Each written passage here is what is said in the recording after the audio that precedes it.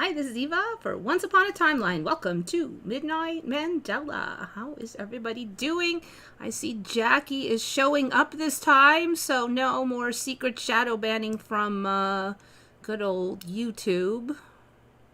Yeah, Austin 108, that is a good question about we moved to Orion Arm, but we still see mostly the same stars in the sky, so that really kind of makes it look like it all is some kind of just weird illusion, that we didn't just move to another place in the galaxy, because I mean the only way that could happen is all our popular stars moved with us, or there's another batch, maybe there's another batch of stars in this part of the galaxy that look a lot like the ones in that part of the galaxy, and then we just call them the same thing. Or but I tend to think it's all kind of like an illusion thing. It's, you know, that we're in these bodies and the stuff is projected into our, through our senses, into our consciousness.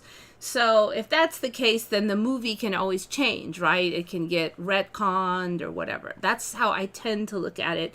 And your thing about how come the stars didn't change that much is exactly part of why I think that. It's not quite right. The stars should have all changed. So, you know, it's the same thing that the mystics always say, that life is but a dream, you know, but of course now that we are all high tech, we say, oh, it's a simulation. Yeah, it's called NASA's lying and galaxies don't exist. See, I don't know, maybe NASA, I mean, it can be a simulation, but you could still think you're going to the moon or whatever. I mean, somebody could have still gotten on a ship and seen stars go by and thought they were on the moon. Maybe, you know, because it's probably just as realistic. The space simulation is probably just as realistic as the Earth simulation. Or it could be. It could be just as realistic. I'm not saying it is, I don't know, but it's like, well, when people say, oh, space is fake, I don't know if Earth is real. I mean, we've seen stuff just magically change. Oh. So if stuff magically changes here, it's not real here in the way we assumed it is either. Early AI art behaved in a similar way to dreams, nonsensical, and everything blended into another thing. You know, the early AI art reminded me of my dreams, because stuff was just kind of like not quite right. But if you didn't really look carefully, you wouldn't really notice. But sometimes you'd be like, wait a minute, why is this thing here, you know?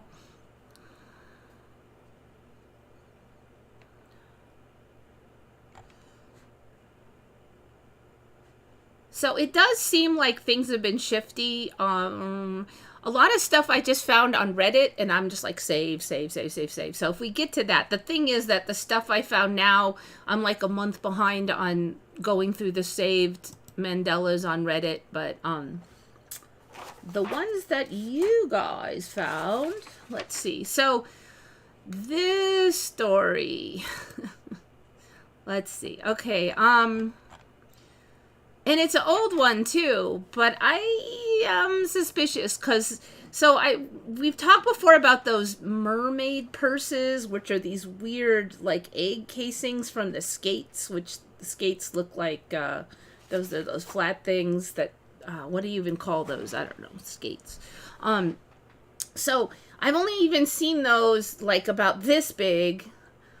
But now they're saying that, oh, well, there's like millions of them around these hydrothermal vents, like millions. And the thing is that they're apparently like yellow now. So I've only ever seen them be brown, but now we've got this image. And in some places they're saying it's 20 inches long, but in other locations it's saying it's 20 centimeters long. Is the longest they get. So I don't know if somebody doesn't know inches from centimeters and it's supposed to be centimeters. I don't know how big this arm thingy that's grabbing it is. So all I know is I have never seen a yellow one before. Even I've looked up these mermaid purses. So I'm really suspicious about this. Centimeters, 20 centimeters. How long is 20 centimeters? I'm actually better at millimeters than centimeters. 20 centimeters. Okay, so that's like 8 inches. Of course, if it's actually 20 inches, that's ridiculous. But I don't know. It could be. It could be. Or maybe it's 20 centimeters now and it's going to be 20 inches next year, or 6 months from now, or tomorrow. So one of the reasons this is interesting is because they're saying, oh, well, these skates are incubating them on the thermal vents. And I'm like, well, what if they do if there's no thermal vent? Are they, everything's going to die or what? I mean, so then they're on here, they're comparing it to some bird species that incubates their eggs on thermal, geology, like, what do you call it? It's not hydrothermal, it's geothermal vents on the surface. And I had just heard of those birds that incubate their eggs on thermal vents on the surface just like last week. So I'm like, okay, so what we have now, like a giant incubation areas everywhere for eggs or something. Of course, the eggs didn't used to need to have special thermal incubation, but I don't know. Maybe that's just a fun story that the timeline likes. So these things, they do look like they're pretty big-ish. So here is the... see, they're not yellow here, so this is more like what I'm used to seeing, like this color. And then this thing is in there. It looks like it's pretty big. Yet I've only seen them like this big. So I don't know, like, how can you tell how big they are? I can't tell how big that is. They're literally saying there's millions of these things. Okay, so now we have some yellow ones here. All right, all right. Interesting. And there's even some green ones, some red ones. So I guess these are different species. Blonde.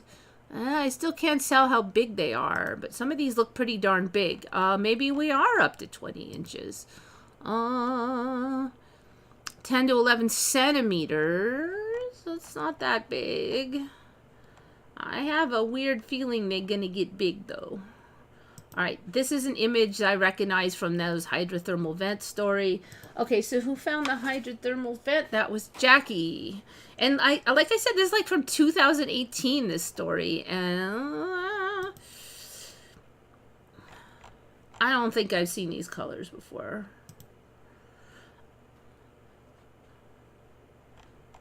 When did I first start seeing these mermaid purse things? That was a while ago. Maybe, yeah, it might have been like 6 or 7 years ago that I first heard of these things.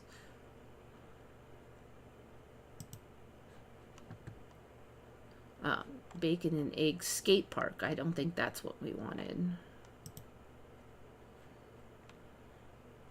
Malgawian skate hatched in captivity. See, most of these you just can't see size. There's no way to really see it. So these are baby skates. Rays. Yeah, so like rays. Skates are like rays.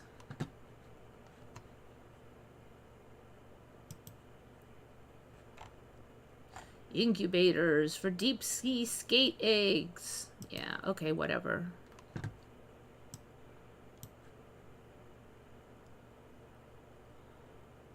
I don't know what's happening, but people are changing. They are not the same ones.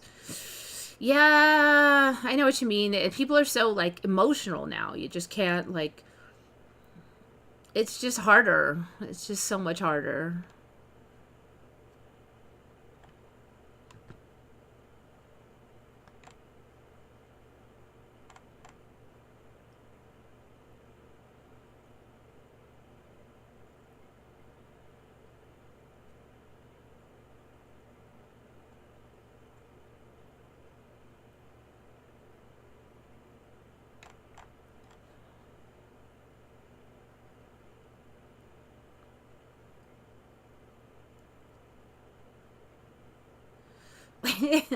We just had a skate wash up. I was like, isn't that a stingray? LOL, what's a skate? Yeah. I wouldn't know if I hadn't been trying to keep up with all these Mandanimals. So there was, yeah, there was stingrays, and that was it. And now they're, then there's this giant, they have those giant, they used to just be like this big. Now they're like huge. They have the weird, like, the mouth opens like a giant whale. They've got those funny nubby things on the side of their face. It's crazy. They just keep getting bigger and bigger. I'm like, really, in 20 years, are they going to be like the size of a whale or something? Probably. The rate we're going here. You'll be able to like get inside a skate and like go for a ride. Maybe we'll have pet skates that like, if we want to get out to the island, we'll just like train them to like swallow us up and bring us out there or something. There's going to be ridiculous crap. I don't know what all, but there will be. Maybe we'll ride on them like Dune, you know, you just have one rope on each side and you go like this. Yeah, wait, I wonder if you can do that yet. Can you ride a skate? Maybe they can train them. A stingray. I think the stingrays are the bigger ones. You probably need to take the stinger out. Generally not possible. I think we're going to ride a stingray. It's coming. They're so big. They're going to probably have to pull out the stinger or something. They're going to have to de-stingify them. But I bet we're going to ride them. Everything is ridden now. We ride like... you see the cat. Does my cat want to go out? No, she's sleeping. Okay, good.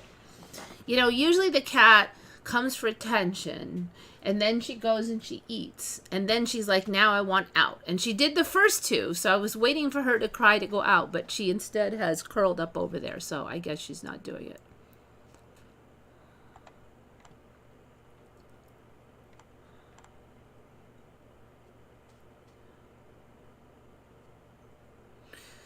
Yeah, those salvia trips, I don't know what to say about them. I think I'm too chicken because I've just heard too many bad experiences on salvia. I'm just not signing up for that kind of a risk.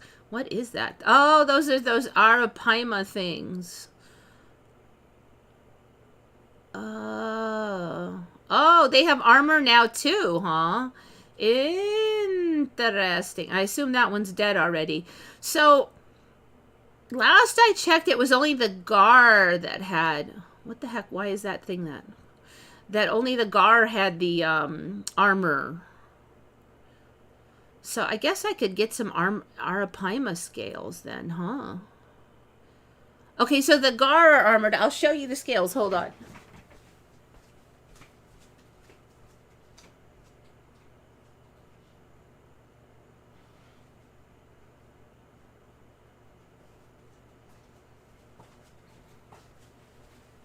Now, Gar scales have been around a long time for me. I don't know about you guys. Let me just turn this thing so I can see if you can see it. There. Okay, so it kind of shows it. Let's see if this will show it better. Yeah, that helps some. So these are actually somewhat sharp, and the story in recent years has been that they would... that the Native Americans would use these for hooks when they were fishing. So I don't know if they would carve them a little bit, because this is basically a piece of bone. It's really, really hard, just like even maybe more dense than the average bone. And the Gar are supposed to be covered with these things. So I can't find them much bigger than this. I know that they're supposed to exist, that they're like the really large ones would have much bigger scales even than this. But the universe has not been kind. But every now and then I'll get a big honking one like this. So that one's like, it's pretty big.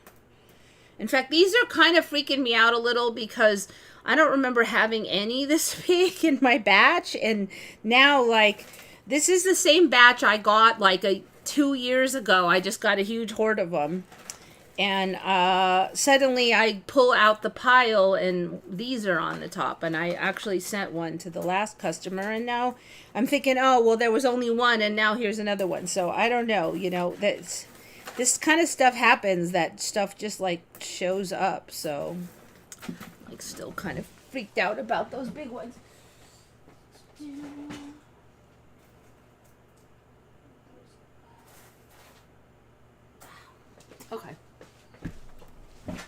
So for me, there was only the gar. That was the only armored fish. And so I guess now the arapaima and a bunch of other ones are having it. So, kind of confused. You know, I might regret having that video on because I'm hoping that I won't get docked. But let's see. What do we got here? In the world. Shh. No talking. So are those bones? Because they're very kind of see-through. I'm a little confused on that. Huh. Don't know.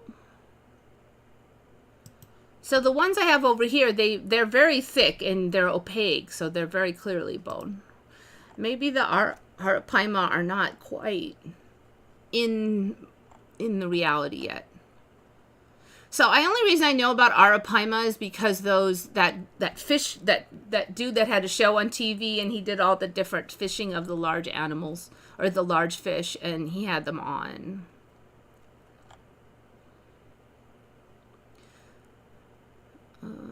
I'm not saying anything about doing drugs, Lamau. Jackie, didn't you post that about a salvia trip? I thought that was a salvia trip because you're always posting salvia trips on the comments of the regular comments, not in here. So I just assumed. You posted salvia trips so many times it just sounded like another salvia trip.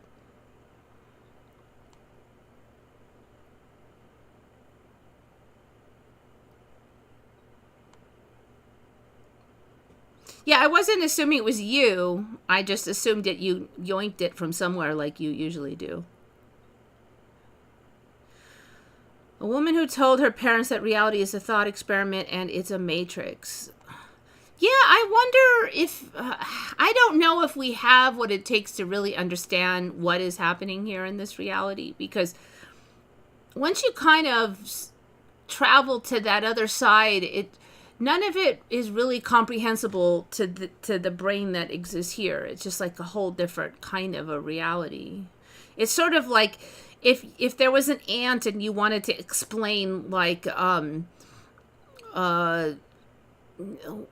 art or something to the ant, or if you wanted to explain the Twin Towers and the 9/11 conspiracy theory to an ant, you know, would it like it'd be like, well, what? You know, I mean, you just couldn't, and that's kind of how I feel like with when I'm trying to understand the other side.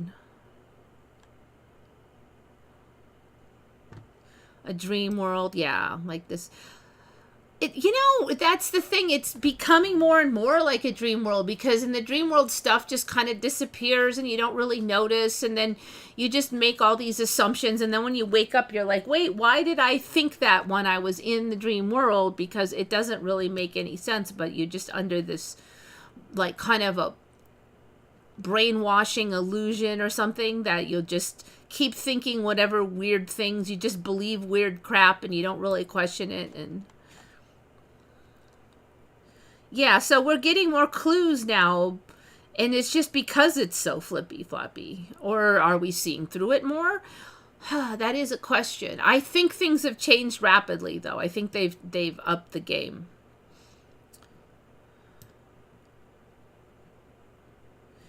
Cliff Eyes explained in his last video how everything is on the other side, and we decided our experience here.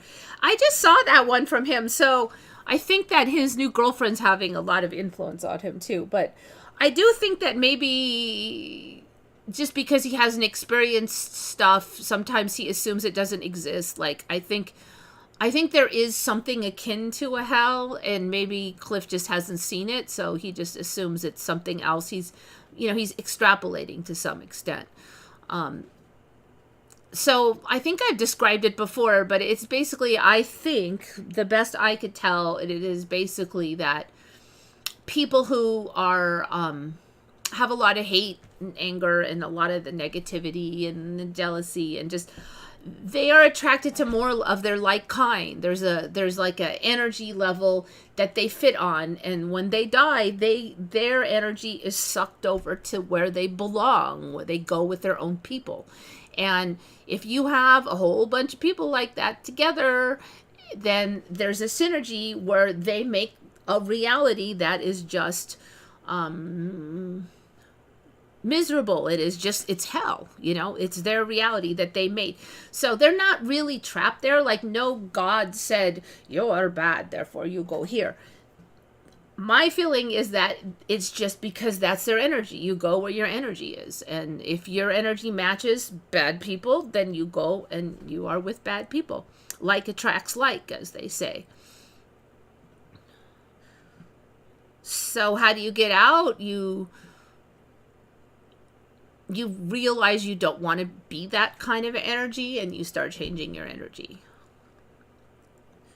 So one thing I've heard, and I kind of would guess it's true, is like, hell, it's hard to get out of, because the more you're in that energy and the more it can brainwash you and you get sucked in and more and more and more. But you can at some point go, wait, I don't like this. I don't want to. And then you can leave if you break away. But it's just hard. It's hard because you already had a lot of that tendency. That's why you got there to start with. But people talk about worshiping God, but what if we are God? What if I do think we make reality, but I don't think it's like just us. Like, I personally did not make the whole earth, I don't think, but I think there is God in each one of us. Like, we're a piece of it. Not the whole thing, though. I don't think there's only humans, but I think that, each one of us is created from the all spark, or whatever you want to call it. And so we have a piece that runs through us. My energy is not the same since we got to Spain. Something is wrong here. I don't know how to say that one because I haven't been to Spain. I've definitely felt when I travel, places do feel different.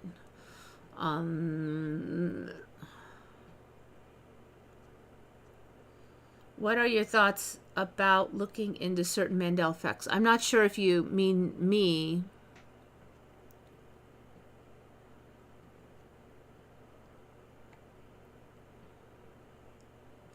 We should dream something. So, like, people always say, well, I wouldn't have come to, and had such a crappy life if I chose. But yet, when we dream, we often have crappy dreams. Why is that? Why do we choose a crappy dream, basically? So, why are we choosing a crappy dream here?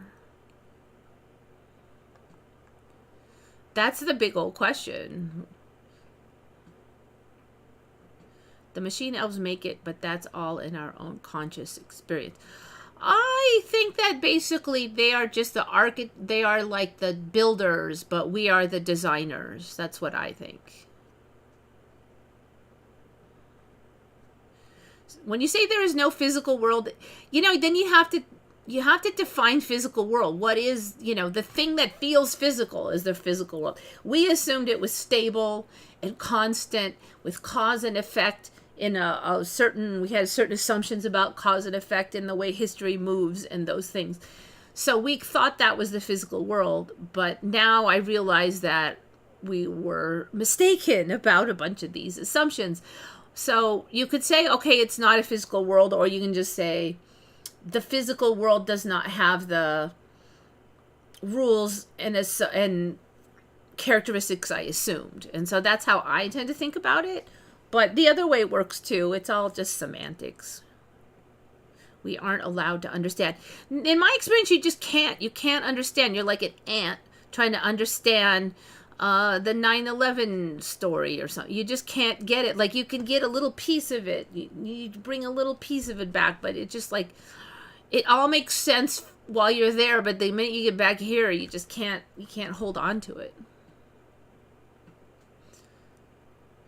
The entities tell them everything, but then they forget. They don't always forget, but I do think that we're here for a reason, and we chose it. I do think that. So if you were here and the whole movie was told to you, I mean, like, you're not going to learn anything. It's going to be boring. I think it'll screw up stuff. Like, if you told me that next week I'm going to break my leg, okay, I'm knock on wood that I won't, right? But say I knew that in advance, and I'm going to be like, from now until next week, I'll be just like terrified to stand up or whatever. I mean, like, I'm going to try to, I'm going to break my leg if I walk over to the store. It would drive you crazy. You don't want to know all that stuff.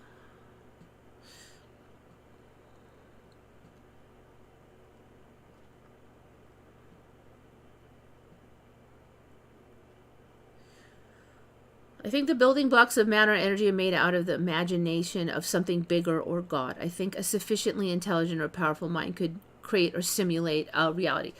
I don't think that's necessarily wrong, but I still think that we we're the chooser. We pick the directions. I not necessarily say that we set the whole thing up, but I think we have a lot of we're the writers of our own story, basically. I don't see people learning anything from what they experience. I do see people learning stuff. It's just not as fast as you would hope. But hey, if we live for eternity, then 80 years is like nothing. So from here, it seems like people don't learn stuff, but it might take them 15 years, but they learn one thing. Maybe they learned a bit more empathy. Maybe they learned, there's just, people learn. Not everybody learns everything, but I do think that the average person learns some stuff in their lifetime. They don't learn like everything. And maybe they'll have to come back like another 20 times.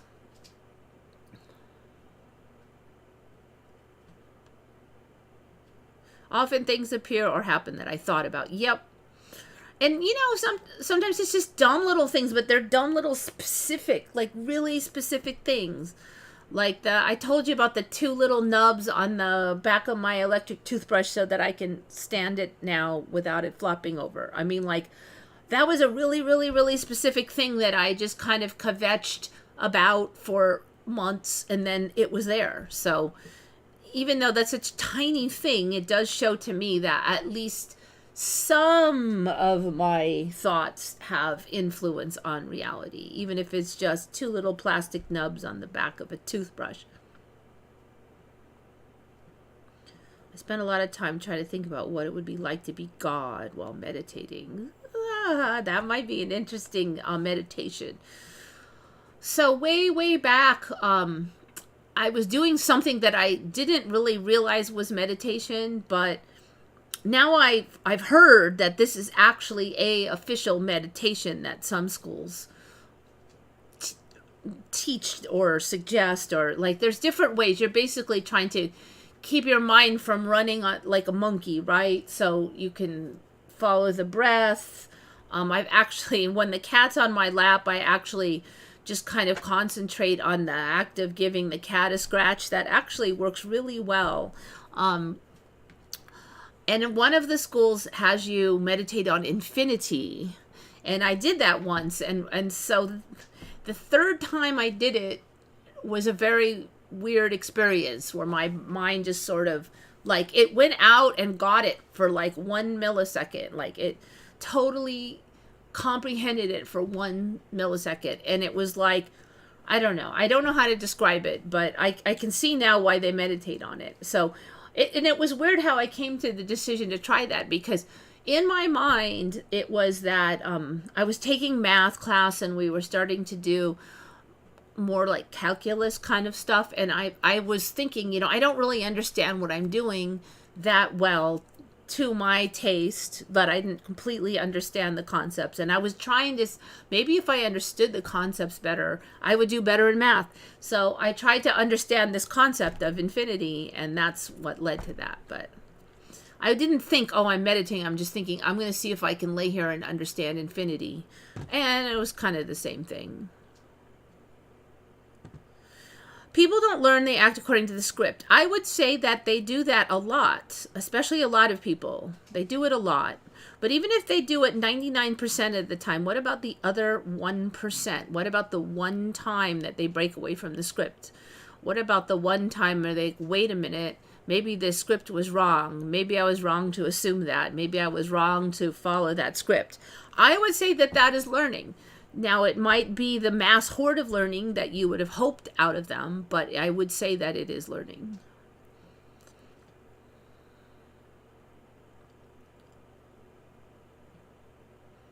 I'm done with this recycling loop. Don't go into the light.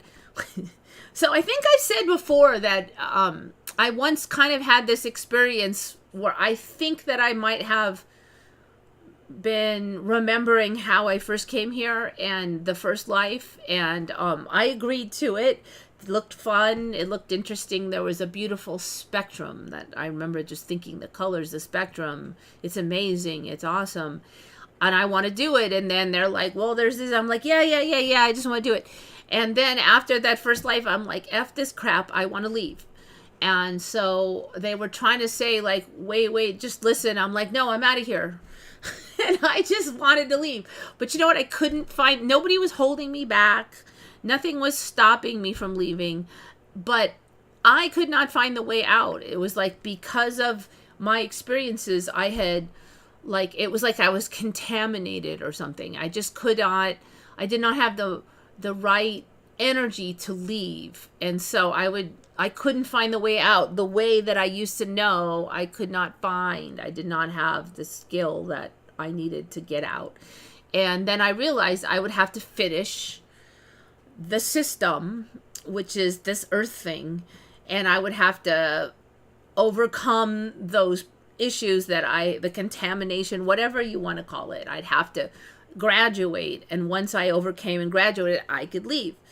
And I actually wasn't very happy about it at the time because I'm like, this is going to be a long process. It's unpleasant. It's hard, so I wasn't like thrilled. And I don't know if I'd ever got a better attitude, but at that time, after that first life, that is the impression I got. I mean, it could be all just fantasy or something, but so nobody was holding me back, and it had nothing to do with the light or the dark or anything. It just, I couldn't get out until, because I had been like kind of infested with this human way of thinking.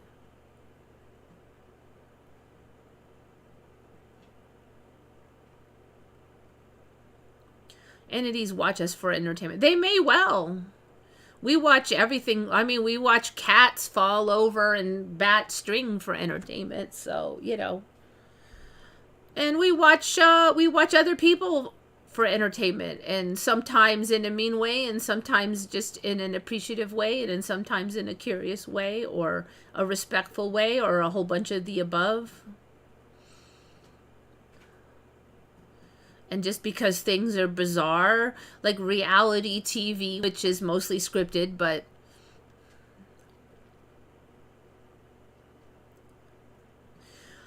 it was like a dream. But you know how I'm answering Tiny is squished out. Like this thing, it was like a dream. But you have those dreams that just don't seem like dreams. They seem really real. It was like that. They can gaslight people. They can mess with people. Yeah, or maybe that's just what you're creating, because attention, the theory is that attention creates reality, right? So if you're constantly worrying about people gaslighting you, not telling you the truth, blah, blah, blah, then you would bring that in. That's the thing. The more you get mad about it, the more it would be there. It's kind of it's a stinker, really, because it's this weird Zen thing. If you want something too much, then you don't get it. But if you just want a little bit, but not too much, then you could get it. That's kind of how it seems like it works. Like, it'd be kind of fun to do that. Yeah, okay. Or not, that kind of attitude. Like I like to, but if it doesn't happen, that's okay too. That kind of attitude.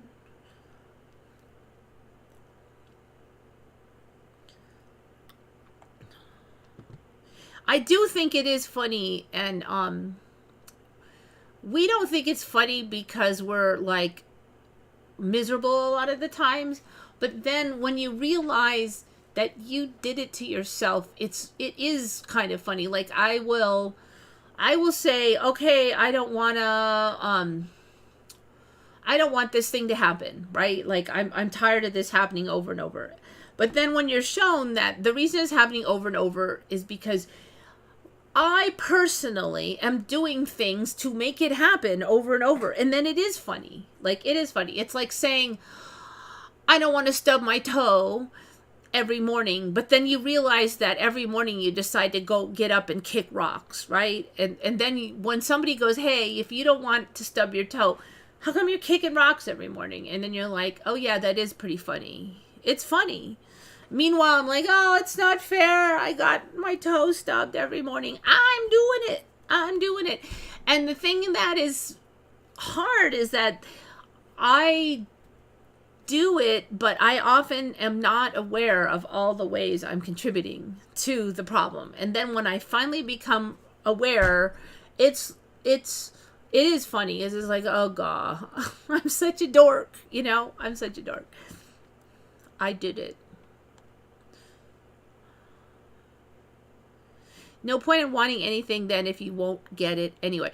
Now, it's the point would be not to be too clingy. So hey, it would be fun to go to the beach tomorrow. But if I don't go to the beach tomorrow, no big deal. I'm not like, oh, what if I don't go to the beach? I gotta go to the beach. I can't be happy unless I go to the beach. How can anybody live inland? It's horrible. And if I spend all my time I need to go to the beach, that's the kind of clingy I mean. Too clingy. You're actually obsessing about how you're not going to the beach instead of just lightheartedly enjoying the concept of going to the beach. So you want to keep it all positive. Whether you get it or not, it's positive. You'd kind of like to get it. It's not the end of the world if you don't.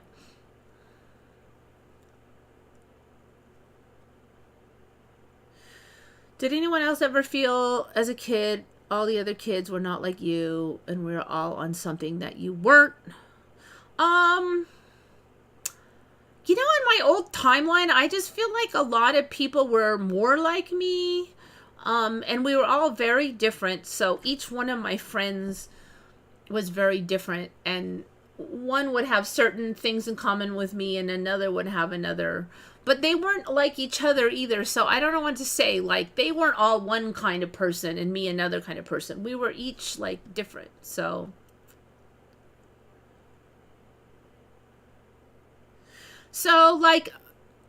there's a different it's kind of like you got to keep it positive is the point about trying to manifest. If you're obsessing about not having it, what if I don't get it, and you have a lot of negative wrapped in, that's the problem. So what if I decide look, I have decided I'm gonna go to the beach, okay, and I'm just gonna plan for it. Now I'm not spending a bunch of time thinking about the horrors of not going, but I'm just gonna I'm going to pack the car and blah, blah. And I'm just made these plans and I'm not really putting negative on it, but I'm putting a lot of effort into doing it. Okay. That also can work. It's kind of like a dedication. Okay. So say I get a flat tire on the way and then I can't find it on Sunday when I try to go. Okay, then I'll get the tire replaced and then I'll check the map and then the next weekend I'll do it. And I'm not really sure how long it'll take, but I'm going to keep working on it. That attitude can also get you there. And I think it's a good one to have. I'm just going to keep working on it. I'm going to get it done. You're not sitting there going, oh my God, what if I never get to the beach? I can't, I'm miserable. You're not thinking those things either. So there's different mindsets on the way to do it.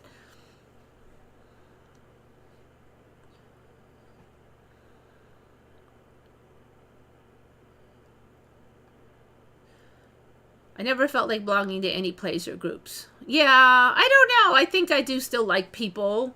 But there aren't really people like me, so I don't know if maybe there isn't meant to be people like anybody, I don't know. I mean, maybe I feel like that, but maybe the girl next door, she's also thinking, there's no people like me, and we're all just so different. I don't know.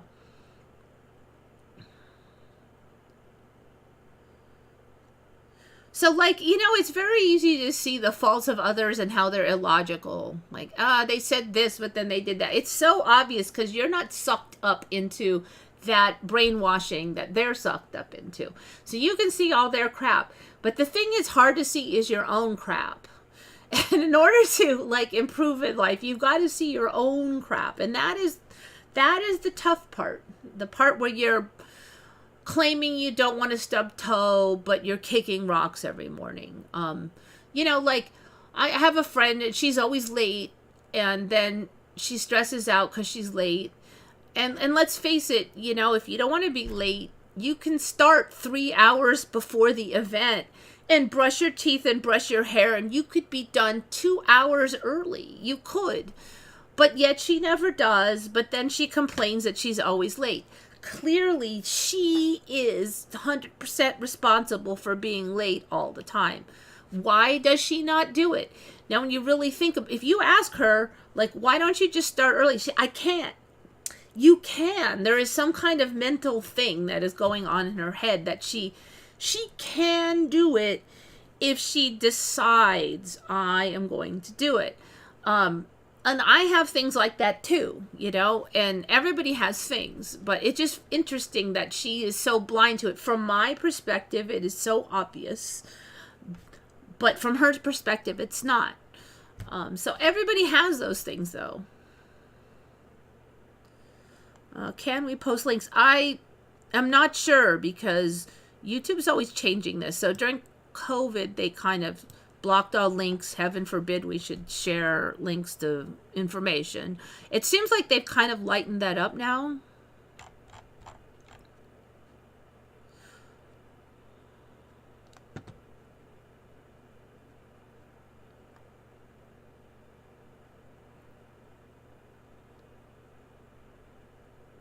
Okay, so I guess we can move on. Okay, this one, these crazy bees. Who is this? This was Vivian Mercier. I guess bees now are like super geniuses because if they don't have enough pollen around, then they nibble holes in leaves in a certain way, spurring plants to blossom weeks ahead of schedule. Many questions remain about the details of the strategy and how it evolved. And, you know, my questions are like, how does nibbling holes in leaves convince the plant to flower early? Does it think it's dying, so it's got to hurry up? I don't like get it. Like, if I want plants to hurry up and flower, should I poke holes in leaves? Or do they have some weird thing in their saliva? I've never heard of this business. I have never even heard of bees nibbling on leaves before.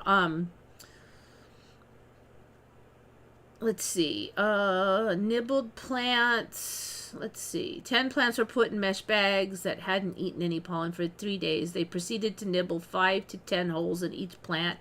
On average, those plants flowered after 17 days. Undamaged plants that had not been exposed to bumblebees took an average of 33 days.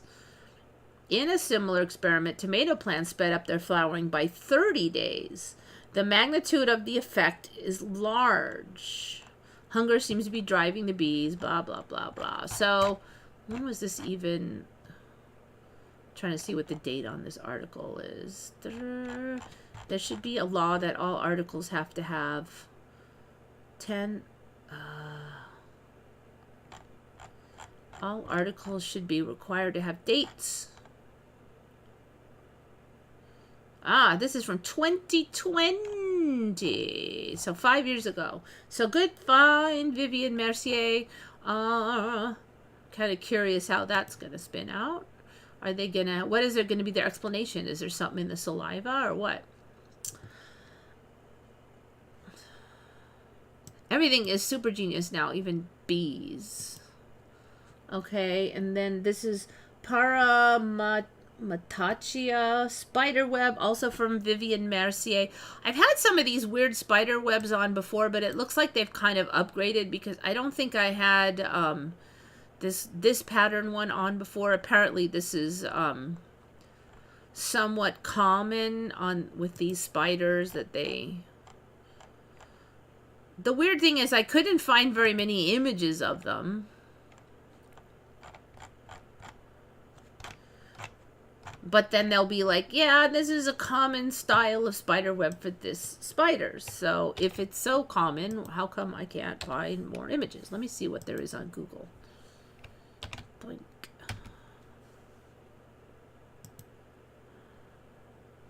Yeah, see, it's kind of like the same image over and over. These two, right? Where's the rest of them? It didn't seem like these are super rare spiders. Okay, so we see some of it in that one.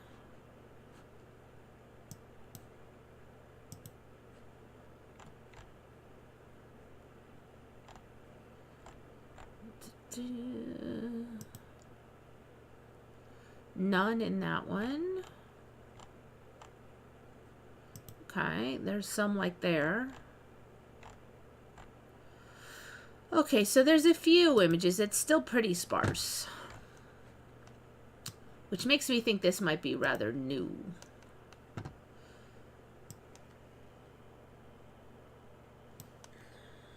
Alright, this is one from Jackie. Well, there's water on the sun, and they've frozen light into a supersolid. Physicists create a supersolid.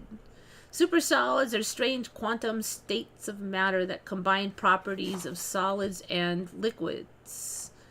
Now they've got even more mind-bending. Scientists have transformed light into a supersolid. It's a breakthrough that could lead to new quantum and photonic technologies. I don't know what to say. It's like, it all sounds like BS. And and evidence that we're living in a dream at this point. So, whatever. Okay. If you say so.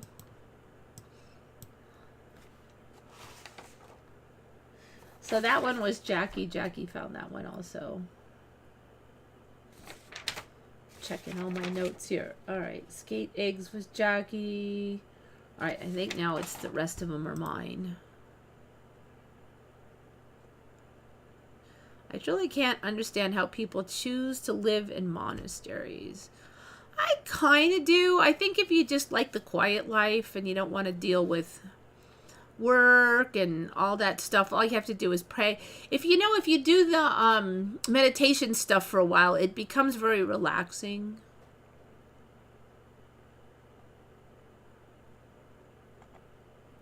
I mean, it's hard at first, but once you get the hang of it, it can be.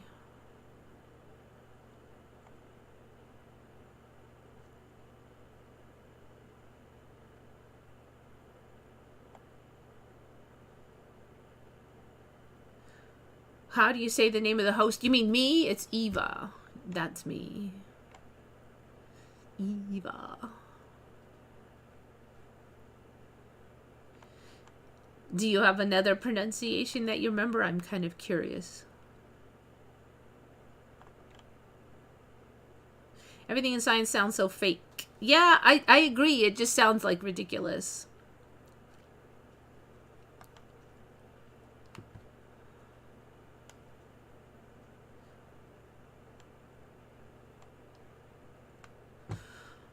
Okay, so speaking of ridiculous science, so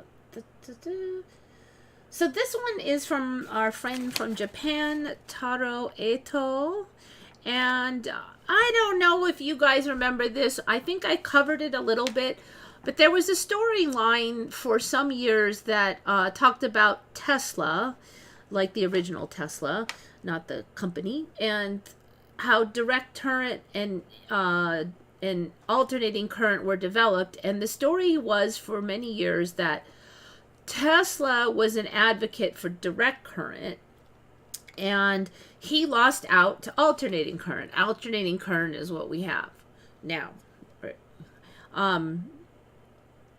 But the story now is that Tesla was an advocate for alternating current, and other opposing forces were the direct current. So it's like flipped, basically. And he won now. His theories now became the way of the land. So Taro is saying, I think that changed. And I agree, it's changed. That's like completely altered. So Tesla just like, with every shift, he just gains more power and more inventions and stuff, it seems like. Tesla was working, yes, he was working on the alternate current now in this timeline, but he was direct current before, for me, and for Taro. So, yeah, he won. He was working on alternate current. Yeah, check it out. So you remembered as me. Yeah, he was for direct current for a long time. And it's interesting because the storyline is still that the opposing argument was electrifying and killing animals, which showed up, like, I think an elephant or something, to scare people into being on their side. But in this case, it didn't work. In the old timeline, it did. All right, let me make sure it's still there. I did look at this recently. Tesla. Current. Stoic. Yeah, see, Tesla developed alternating current power system. In 1887, Tesla developed an induction motor that ran on alternating current, a power system format that was rapidly expanding in Europe because of its advantages. See, okay, so you guys who remember the story, you remember it as I did, and now it has changed. And there was another player now. Let's see.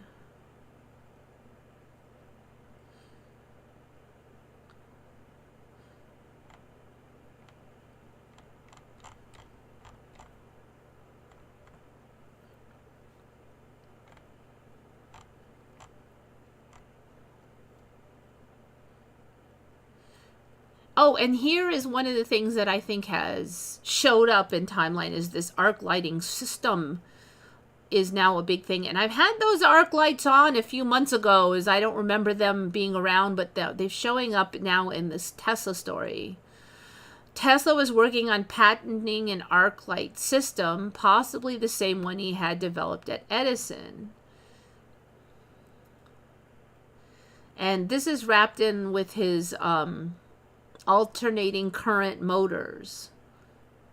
So I think that they were saying, if I remember right, that the alternating current works better with the arc lights. The arc lights wasn't part of the story before.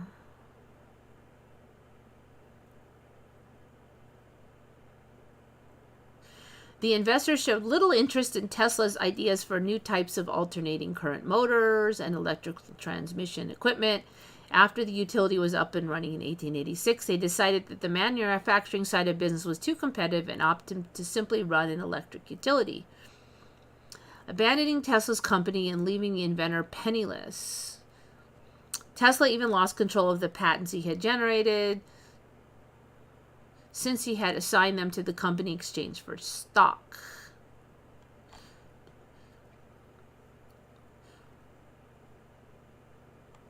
Anyway, you can kind of look into it. But now he allies with another large company, and they win, and direct current loses out. But he is now on the alternating current side. So, yes, I'm glad that some of you remember. This is funny because you're like, no, you're wrong. I'm like, I know why you're saying you think I'm wrong, because you haven't checked it in the last 5 minutes.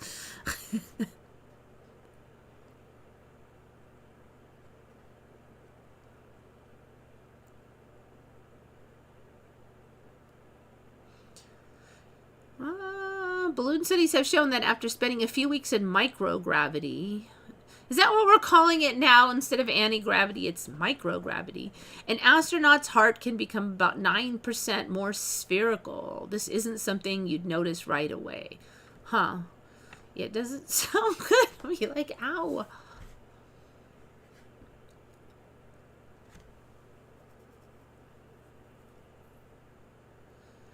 I think it was always like that. The only thing is they just obscured history and made us believe the opposite. Yeah, but like sometimes it flips back and then it'll keep evolving and then it'll be some third and fourth and fifth thing. I mean, if there was really one thing and they were hiding it and then it came out, then why does it just keep like changing? So like stuff comes into reality, it's true for a while, and then no, that's now just a misconception. Well, that's why I don't think we're just like discovering the truth, because we discover this truth. Oh, now that's not true. Now this is true. That's not true. That's just a cosa.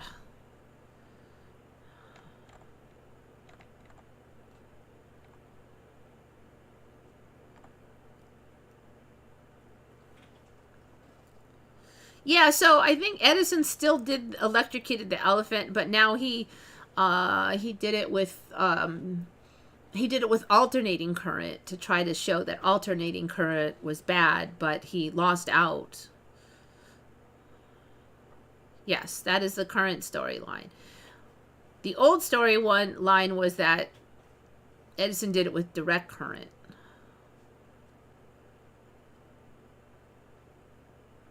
Imagine if we could just remember everything we've learned. We would all be geniuses.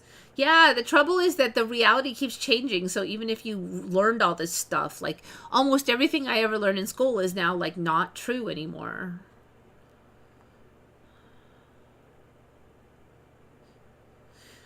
See, the Tesla story keeps changing. Most of the stuff that is now true about Tesla was not there before. So even if you had studied, you wouldn't know this stuff. It's just constantly changing.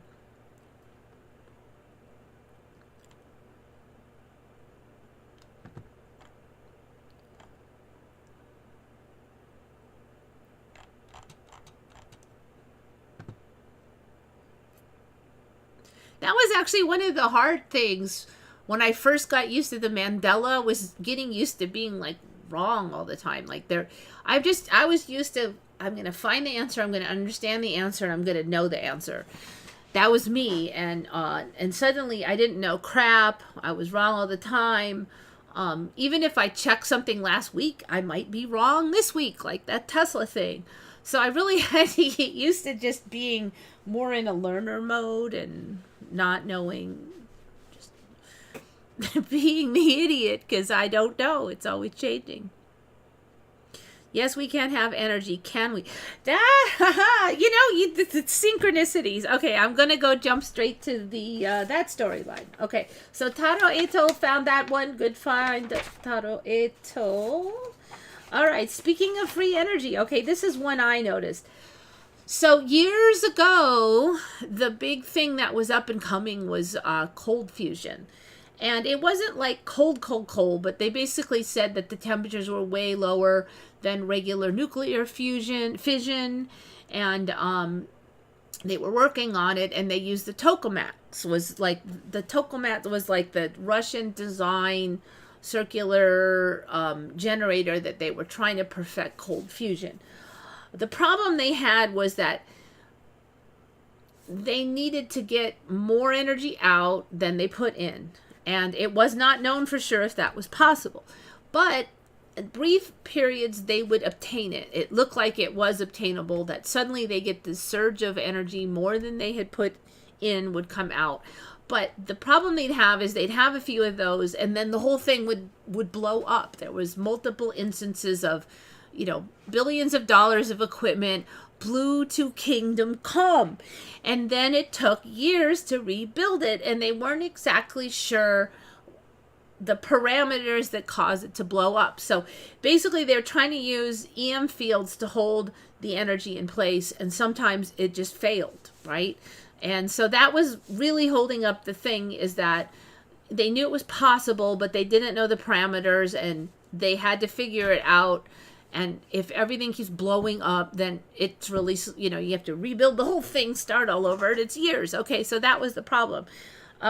Apparently none of that ever happened now, and the tokamak things now are, they're still in the timeline, but they're not cold fusion anymore. They're stellarators, and they call it fusion, but it's not cold fusion. And the tokamaks are stellarators now, and stellarators were first demonstrated in 1934, which is total bullcrap, because I know in like the 90s they were just first developing, and it wasn't something from like 60 or 70 years ago.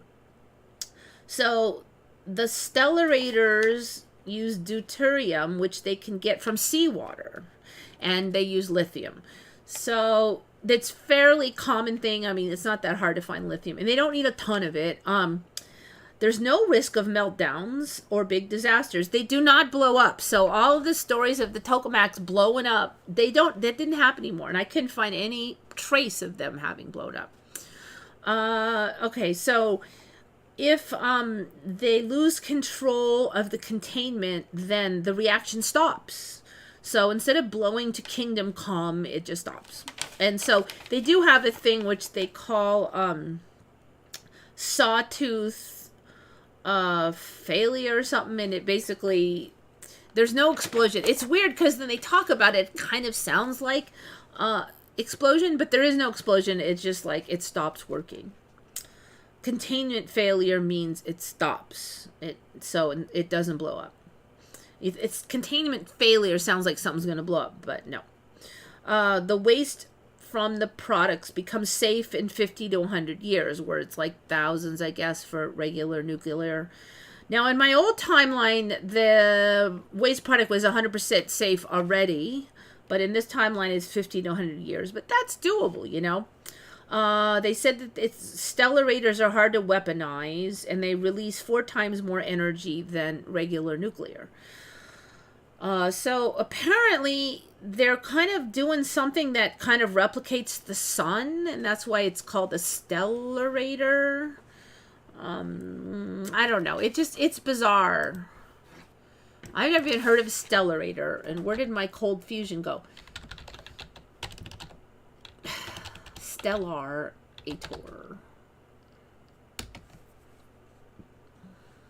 Let's see, it just said stellarator. No. Like,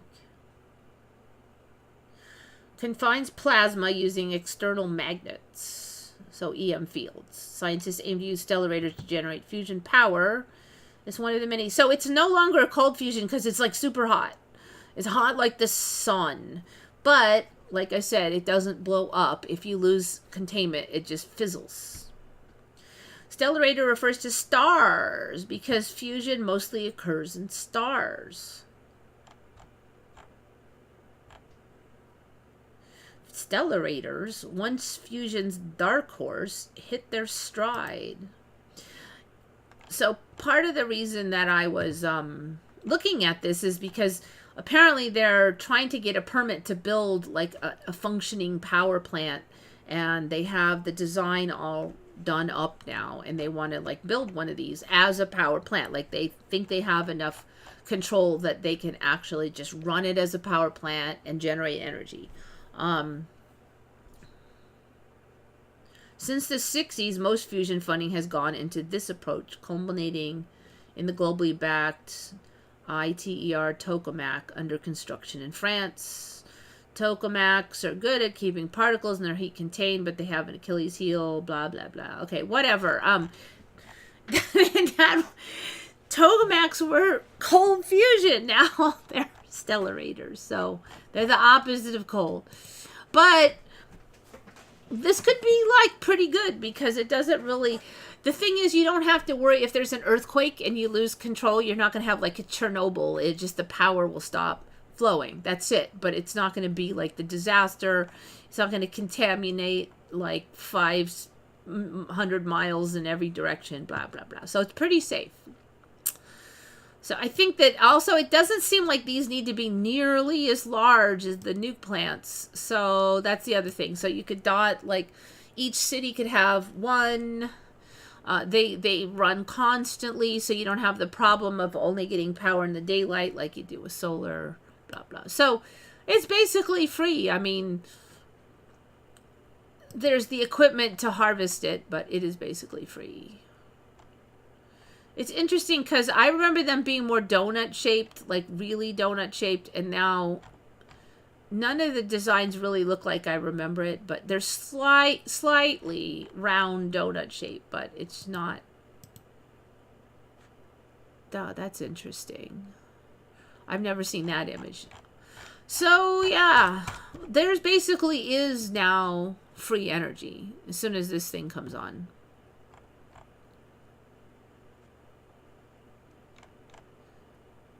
And as I said, it's a big Mandela for me. Let's see what else I need.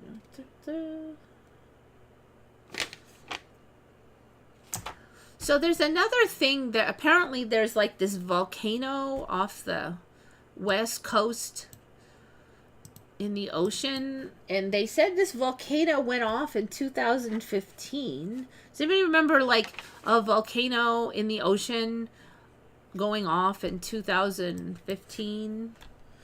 And the weird thing is they say it's by California, but it's really like up by Washington and Oregon. But, you know, for me, California used to be up there.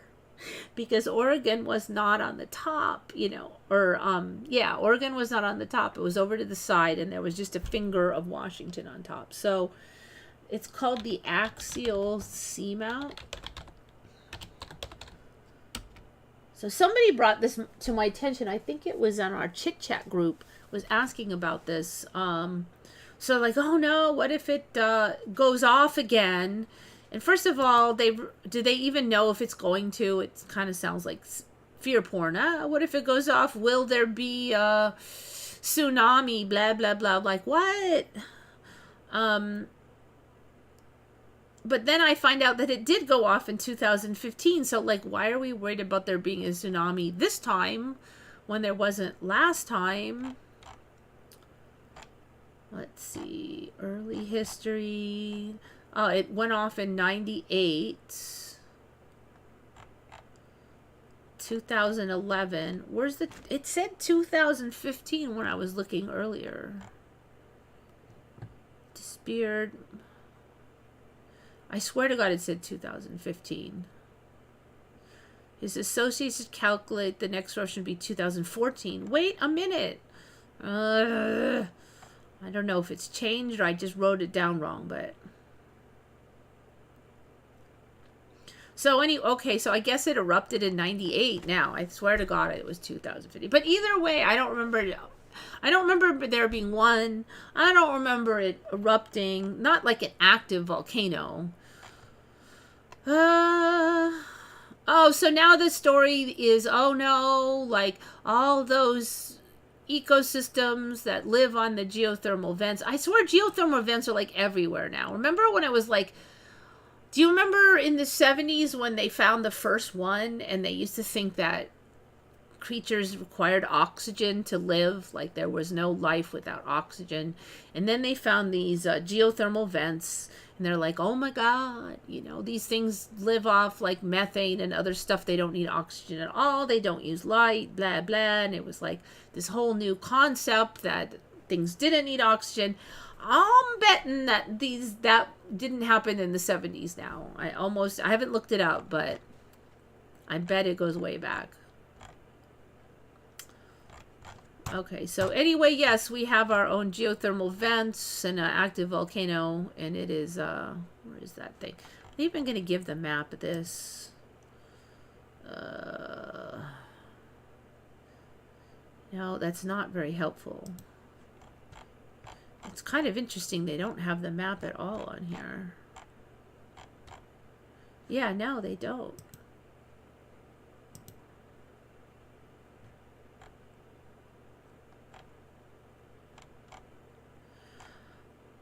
Now I'm kind of curious. I'm like, is it still there? Okay, here we go.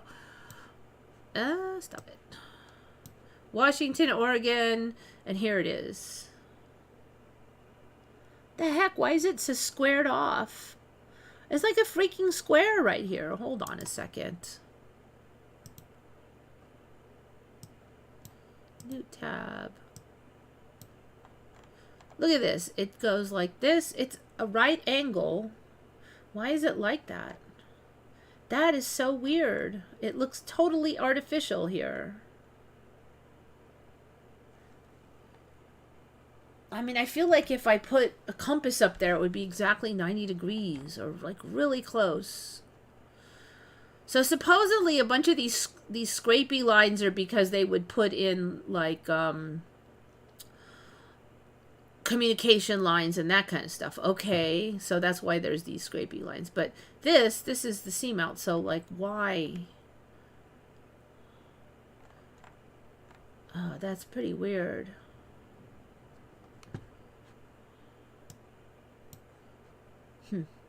You know, I see stuff like this so much now, and there's never an explanation. It's like that weird gun thing next to Lincoln on the famous carvings of the 4 presidents. Like, why? I keep waiting. Like, when are you going to admit that there's some kind of weird gun thing to the left of Lincoln? Explain it. It's been there for years now and making me crazy. All right. Regional cable array. Oh, that's interesting. Spans the entire Juan de Fuca tectonic plate from Oregon coast to the summit of axial seamount. See, there's that weird right angle. It's like right there, but nobody talks about it.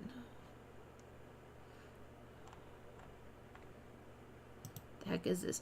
Frozen ball of lava with the bread crust rind at the summit of axial seamount.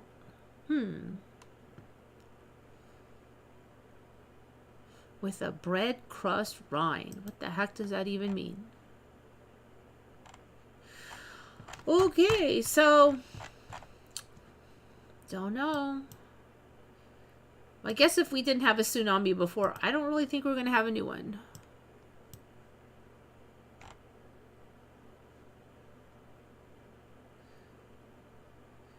I mean, that wasn't there before, though. There weren't, like, right angles. There wasn't a freaking active volcano there.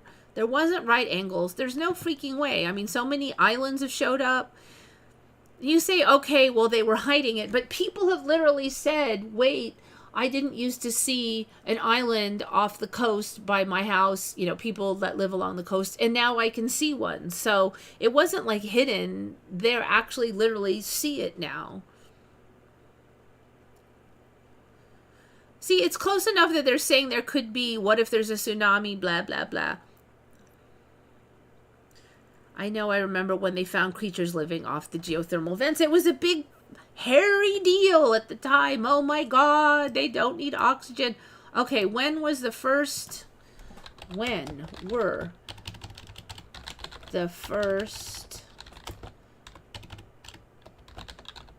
non-oxygen geothermal vent creatures discovered? There's so many of the geothermal vents now. The first non-oxygen geothermal vent, 1977. Okay, I thought it would go further back. I still feel like that. It could be that it seems a little early, but it's possible that that was my timeline. I might be wrong on this. I am not sure if this has gone back or not. The discovery was made during an expedition where scientists discovered hydrothermal vents emitting superheated water and found a diverse array of previously unknown species, including giant red-tipped tube worms, ghosty fish, and strange shrimps. Shrimps with eyes on their back. I don't remember shrimps with eyes on their back. I remember shrimps, but they weren't weird. Shrimps with eyes on their back.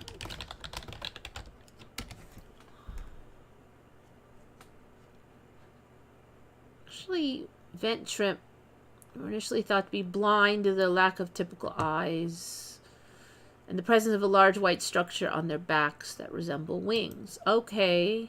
All right, maybe we just didn't know that those were the eyes. It's possible. I'm actually not tripping up the Mandela that much on that one.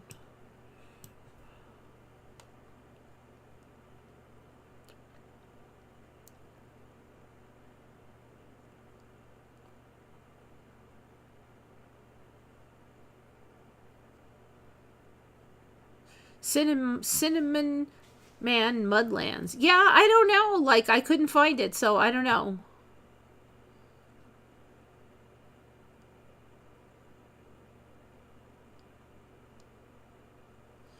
Google used to say we were on Sag Arm when we were officially on Orion Arm, but then they changed it.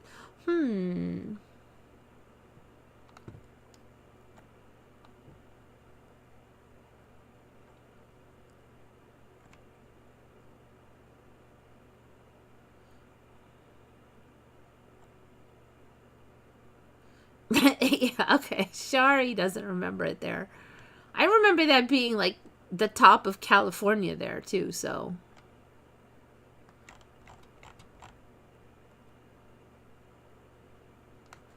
Alright. And then on a more cute front or more creepy front, I'm not sure, but I was talking about opossums the other day, and I just noticed that they've gotten even cuter because now they have these like black, big black ears with these little white nubby things on the top. Even the adult ones apparently. And their ears, they didn't have like these black, like, I don't know, mouse ears or something. Why are those ones so white? Do we have white ones now? But they seems like they all have like these tipped ears. Well, this one doesn't, but the majority of them have that. Little tips of colors. And the black ears, they didn't have black with splotches on them.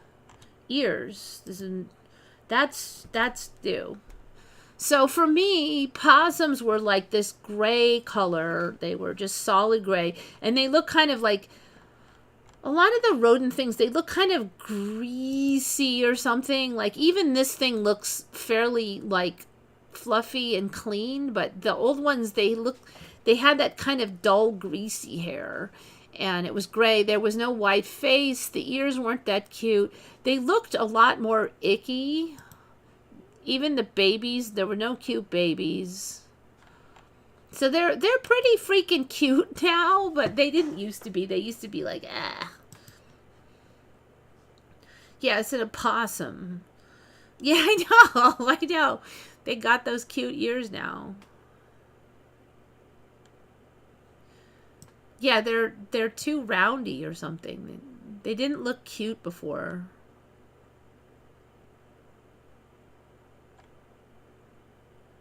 Okay, so that one I noticed. I think I was just telling somebody that there used to be possums only, and then they said, oh, those are actually opossums. So first they said you could say it either way, possums or opossums, doesn't matter. Then they said, no, possums are different than opossums. It's like, this is like the evolution. So I was showing people that, and then I'm like, wait, why do the opossums have cute ears? Stellarator. Okay, there's one more I want to cover.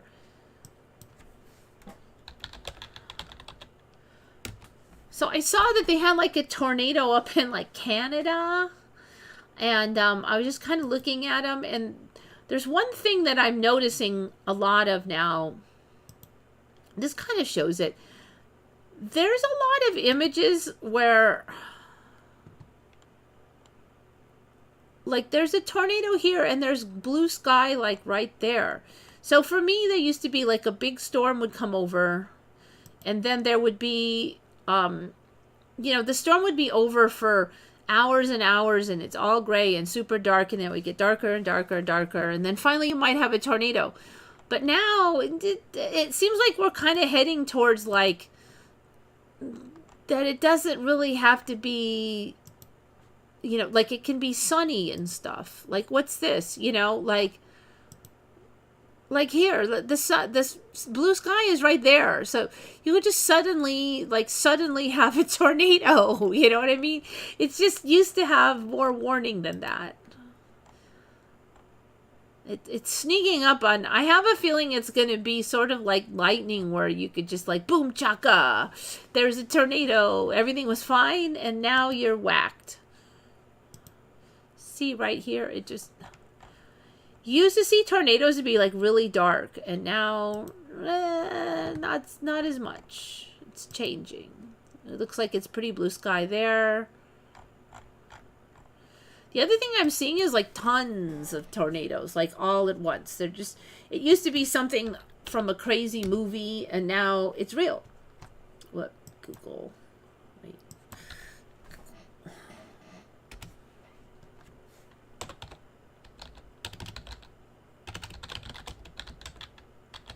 I think I saved some of these from Reddit somewhere. There was one where there was like 6 or 7. I think that was this one. Multiple tornadoes near Novosibirsk shore. 1, 2, 3, 4, 5. There did not used to be this many tornadoes all just lined up. I think those are dust devils.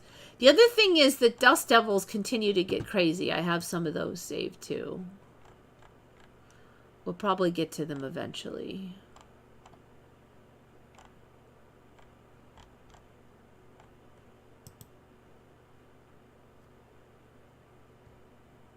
I think this one is legit too. Or is this Snopes? Let's see what Snopes has to say.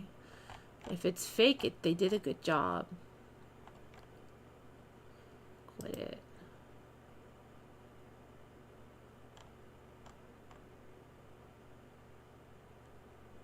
Composite photograph documenting the evolution of a single one. Okay, that makes sense actually. Okay, so that one is fake.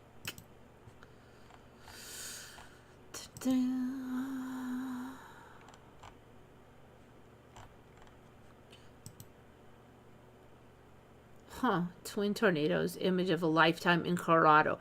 Oh, that's crazy. Okay, so there's one here, and then this, I guess, is the storm. You see how the storm is just looking crazier and crazier, too? I mean, a storm used to come over, and it would just get slowly darker, and now it's just like a wall of storm. It's like it's a separate mushroom that just comes over. Supercell. So, it's a very discrete thing with discrete edges, and it's like, it's sunny, and then boom.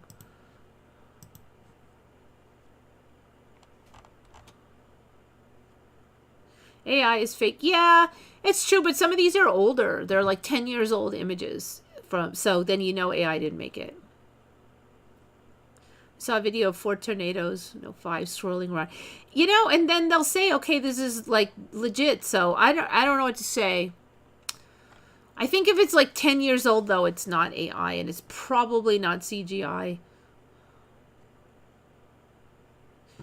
There was just a one that was on, Sky was in, I believe it, where's that part of France where they, or part of Canada where they speak French? It's sort of like northeast-ish area, and he was camping there, and a tornado came over and just clobbered all the trees, and he had built this like primitive shelter, but it was very hard chunks of wood, and it was well made, and trees fell on top of his shelter and everything, and I think I saved that. We'll probably get to it eventually, but really we're having like these tornadoes just show up in Canada now? Seriously?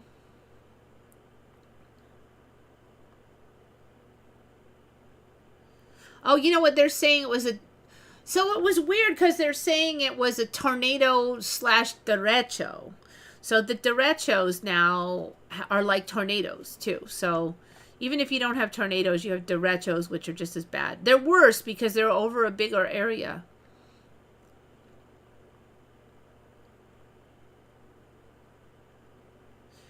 We're speaking of tornadoes being more prevalent all over the world since 2012, and now supposedly it's just a normal occurrence. But back in 2012, when it first happened, it was a big deal. And that's kind of how the thing is, you know, things change. You go, oh, it's climate change, it's global warming, whatever. And then a few years later, it's like, oh no, this is, you know, happened in 1970 and it happened in 1960, and then it's not weird. So it's kind of one of the ways it sneaks into reality. First, it tells you that it gives you an excuse. Oh, climate change. Then once you're used to it, they're like, actually, it's always been this way. See, there's another example. Is like storm, no storm.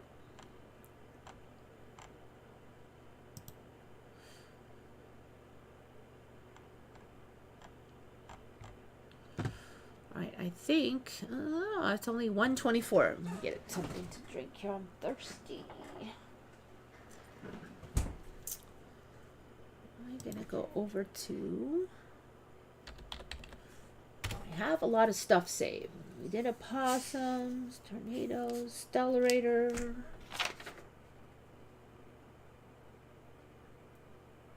Yes, we have everything done.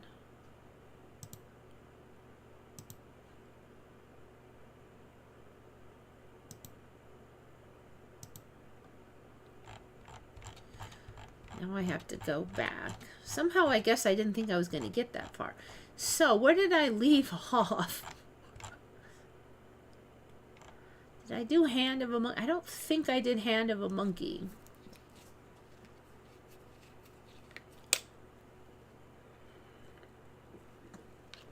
So that was from 2 months ago.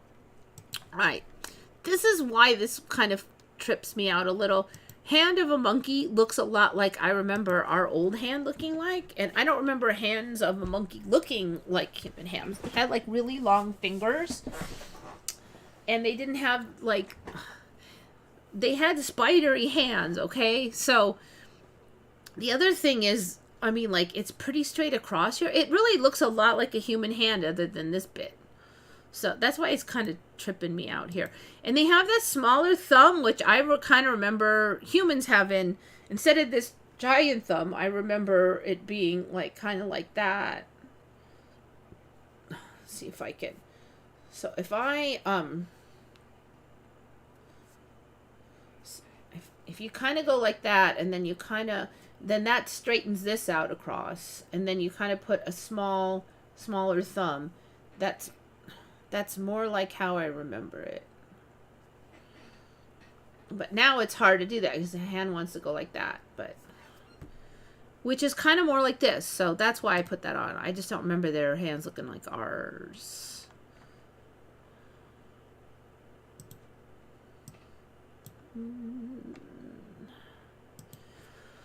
Oh, papillomavirus. It's looking nasty.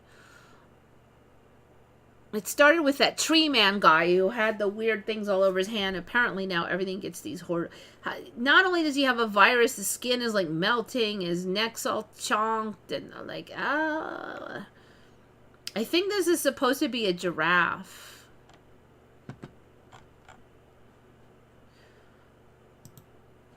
There's even more gruesome images than that one, but I don't get to put it on. It's too icky.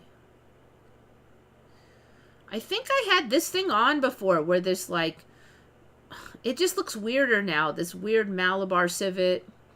Not seen since the 90s, resurfaces during the lockdown. I think I had it on, but isn't like the neck longer and it looks just more ooky and weird? And I don't think it was in like not seen since the 90s back then. Here's another one where everything in their uncle just sits on their back legs all the time. Leluca the leopard, famous for standing on her hind legs. I wouldn't call that standing, it's more like sitting, but cats do this all the time now. And then you'll see like the little baby bears will just walk on their hind legs. Everything can walk on their hind legs now.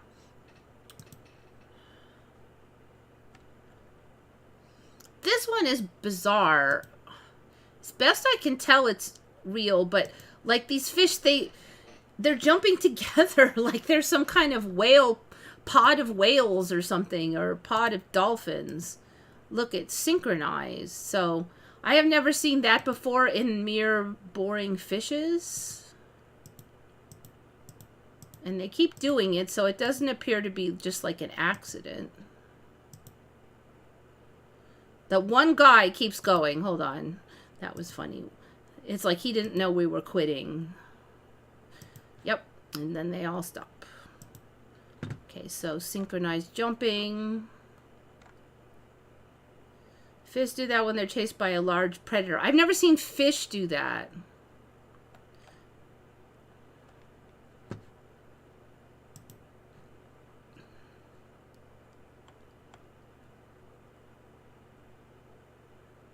Why did I have this one? I don't remember. I know it's going to be cool looking. Oh, is it still there? Maybe they erased. Oh, they erased it.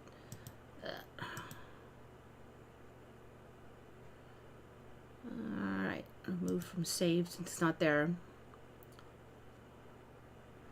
Alright, more of the crazy sundog things.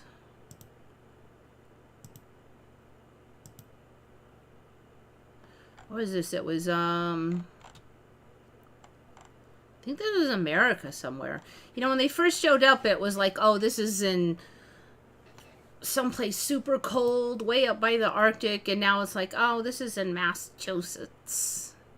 This was in Davos. I think I've had some of these Davos ones on before. think I saved it, but I had them on. You know, I think I had this Davos on, but I don't remember it being rainbow, so I think it's changed since then.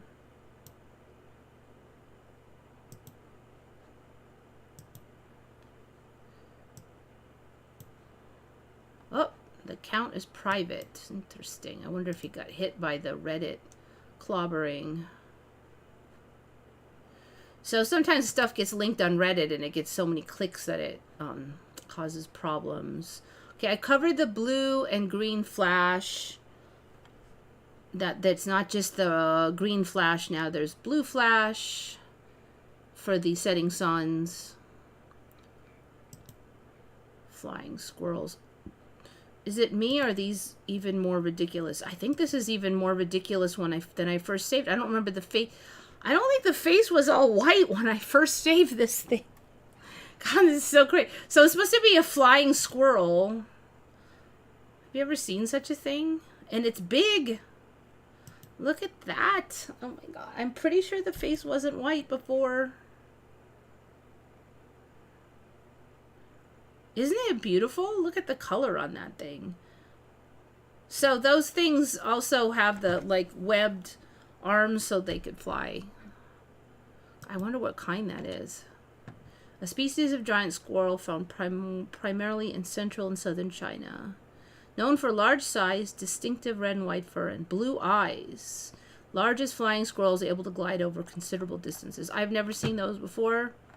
It's one fancy squirrel. This is a Pokemon. Yes, I think it is. I think it is a Pokemon. These Mandanimals just don't quit.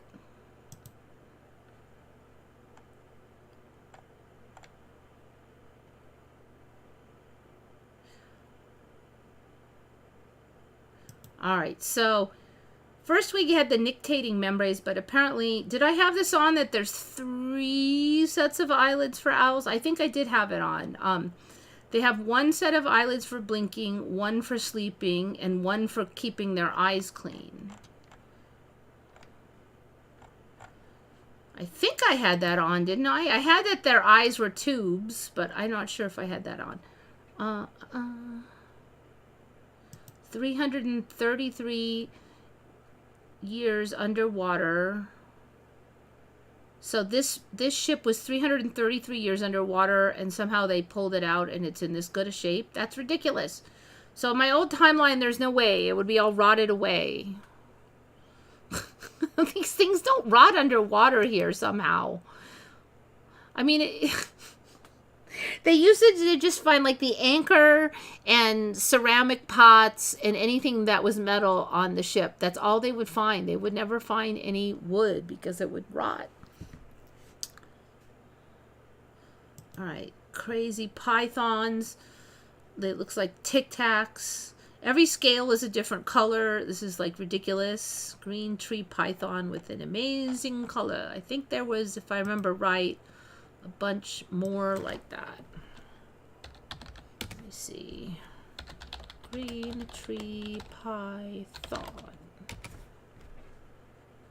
Oh, maybe not. I thought I looked it up and found a bunch of crazy. Okay, so there's one. All right, there we go. So, yes, they can have all these crazy colors. Now that they might argue that like they specially bred these, but still, we didn't used to have snakes that had like every scale a different color. Come on. It's kind of like pixels, you know? Every pixel's different color. Man, look at the huge nostrils.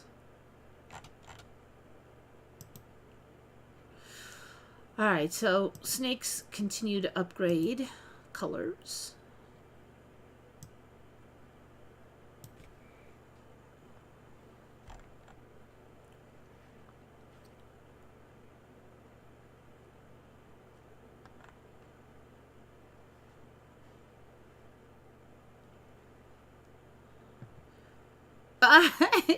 Eric Krause. Only reptilian eyes did the nictating membrane. Yes, back in the day, but they've definitely upgraded. Even cats can do it now. For some strange reason, they only do it when they're sleeping. I think that'll change eventually, but the storyline right now is Cats only use their third eye when they're sleeping. Their nictating membranes when they're sleeping. Third eyelid, I think. What are they calling it? So now if you watch cats, sometimes when they sleep and their regular eyelids are a little open, and you'll see the other eyelids over the top. Because now they have it too. They didn't used to, but...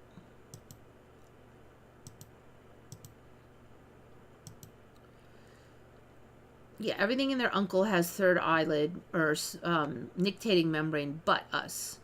I haven't had this on a long time. I just thought I would have it on there. Back in the day, these anemones, they were just stuck where they were stuck. But now, look, this starfish is coming, so this guy can, like, bail. They just pop off and they do that. like a bad cartoon. They can just... it's, like, so ridiculous. I think that they've gotten better at it since I first saw this, though.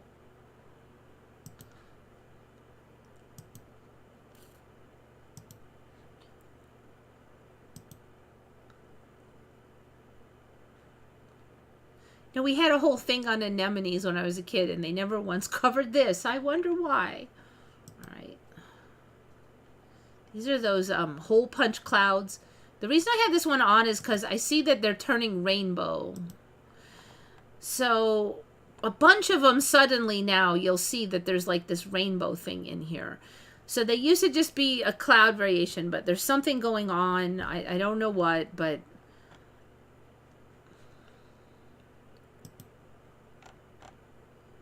fall streak hole punch. Why did the sun dogs end up in those so often? So this kind of tripped me out because I'm like, I've never seen it once and now they're like so often. So now let's see. Fall streaks consist of ice crystals. In this case, plate crystals. That's what the sun dog needs to form. Also, the cloud has to be in the right position. I've seen several fall streaks, but only once with halos. Got the right sundog and circumzenithal arc at the same display, blah, blah, blah. Okay, so this is somebody from my timeline more like, I've never seen this. Right. So I've actually never seen one of these fall streak holes anyways. I've seen them a ton online, though. This is the first one I've seen with the rainbow... sundog, I guess it's considered a sundog now.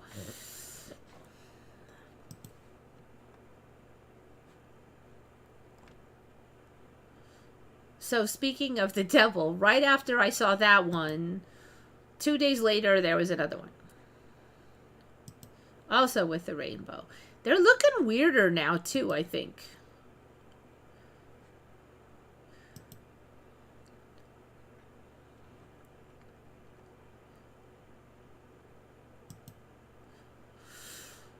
So many rivers with crystal clear water, and it's too green, just too crystally. This is just like so common now. There was just no rivers with this kind of clarity before, but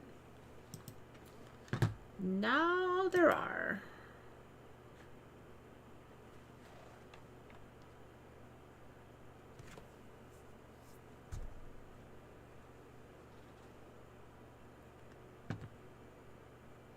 That's crazy. My cat's eyes don't do that.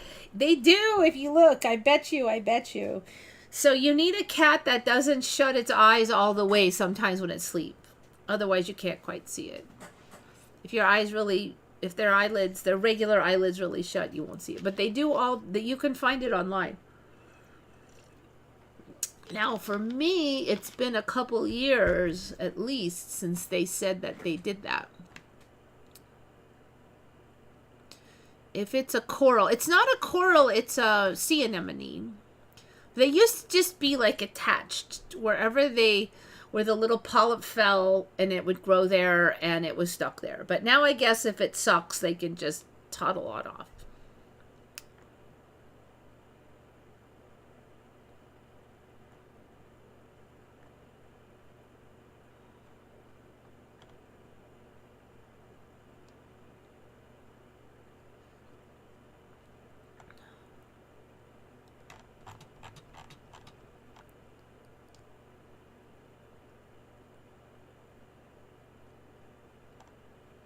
Remember the rectangular cloud. Let's check that out. How's that thing incubating?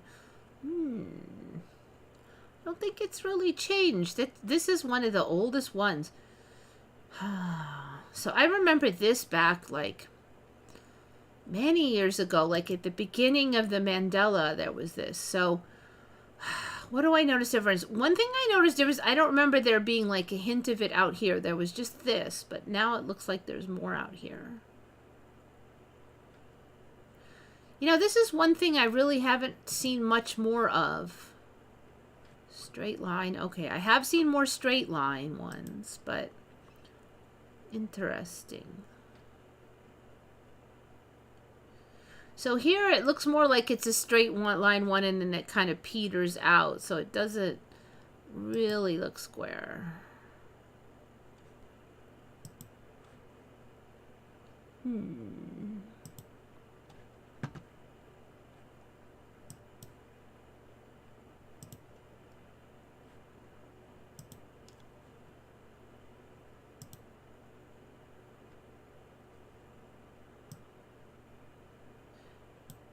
You know, now that that back rooms keeps coming up, the back rooms. I wonder how.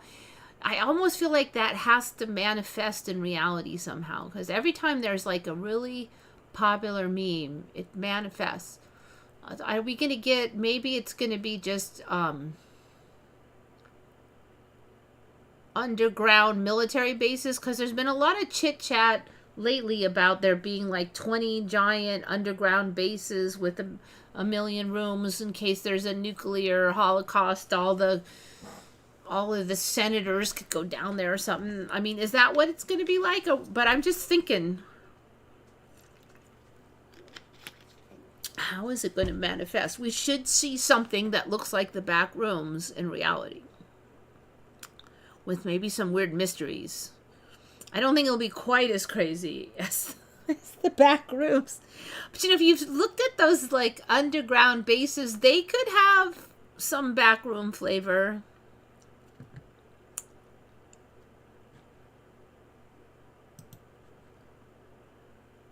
If anybody doesn't know what I'm talking about, the back rooms it's kind of, I don't even know exactly how it started, but it's a storyline that some kind of strange, I don't know, portal or timeline rift or something was found in the back of a regular store, and it led to just like hallways and rooms and hallways and rooms and weird crap in it, like a monster might show up or something. And so I think it was started on YouTube, right? It was just like kind of a concept that was done with the rendering of CGI and as part of it, and they sent scientists back there, and they wandered through the halls, and weird things happened, and those are the storylines.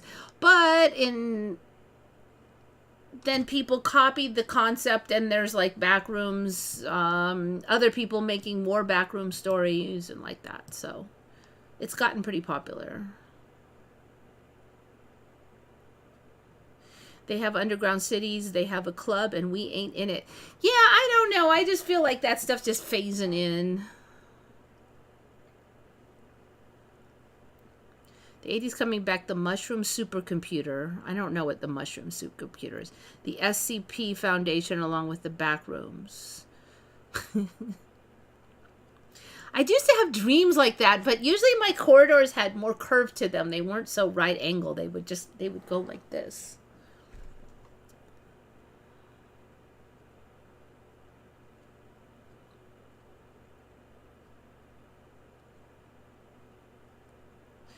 Based on an old Twilight Zone film. Yeah, it's the Mandela is like living in the Twilight Zone.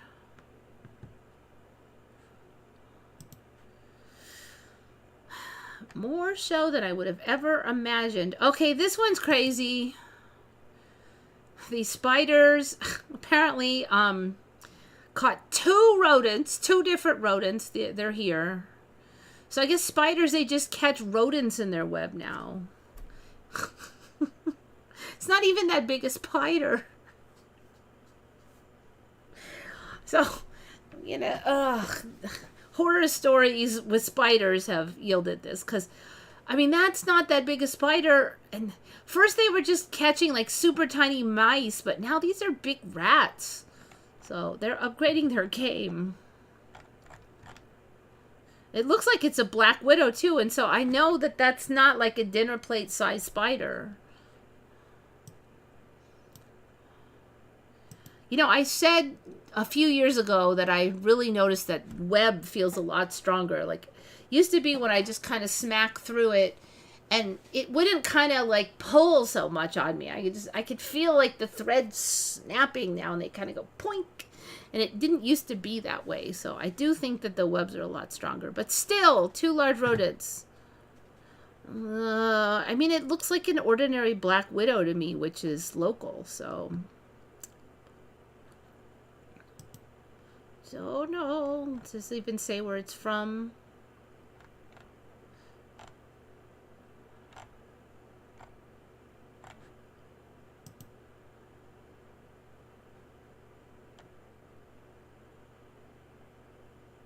All right, now we have like a translucent spider. Speaking of icky things. So you can see its retinas moving around because it's so translucent that but the retinas aren't translucent for some reason. So this in here are the inside. And why do their retinas, it's kind of like the owls because their eyes, what are they, tubes or something? Because humans don't have tube retinas, but apparently these things do. Make it bigger. So this is the retinas in here.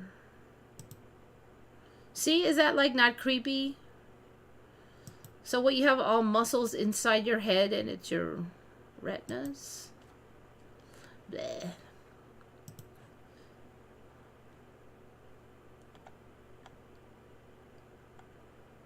I don't remember why I saved this. Let me see. Is it a Mandela or just I thought it was cool? I think I just thought this was hilarious. Yeah, this dog chases off this. I don't think I saved it because there was a... you know what? I think I might have saved it just because of the speed of the gators now. But I've had that on before. Look at how quick they are. It's ridiculous. They used to be slow on land. They're getting faster all the time.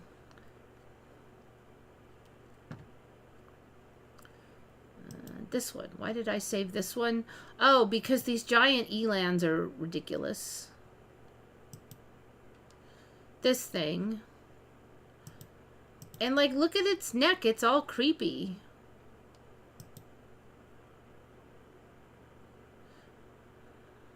Now, granted, this is a baby elephant, so that does make the eland look bigger. But have you ever seen this thing? Like with this neck pouch, flappy. Looks like it's got a condom on its neck or something. Giant eland. Actually, should put it on the Google.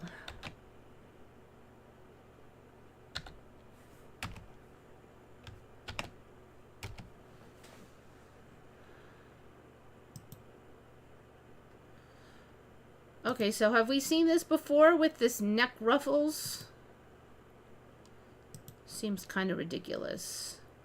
I mean, what is even happening? Is it going to be like one of those lizards and it's going to have a giant ruffle, and then when it's angry, it's going to flare out its giant neck ruffle? What is happening here? Why do so many things have giant neck ruffles? It seems like it would be kind of a hassle trying to go through all this shrubs and you've got this dangly crap. I mean, like what? San Diego Zoo? I've been to the San Diego Zoo. Nothing had giant neck ruffles. Alright, what's the range of these things? Largest species of antelope, known as Lord Derby's eland and the greater eland. Savanna antelope.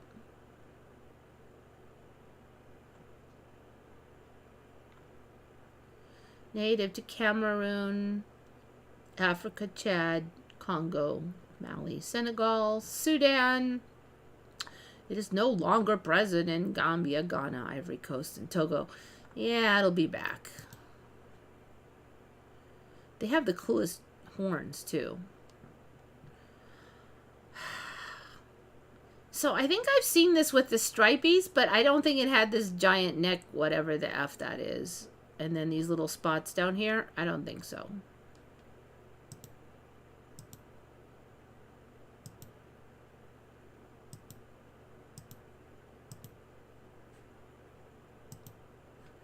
A lot going on with those ears. All right, there you go. You get the idea.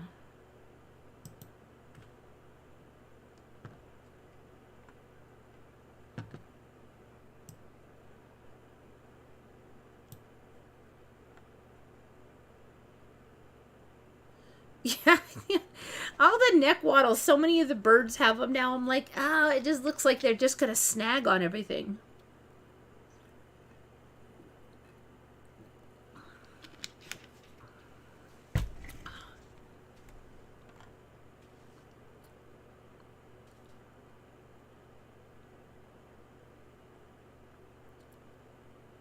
The Library of Alexandria. Yeah, the Library of Alexandria did not burn down now.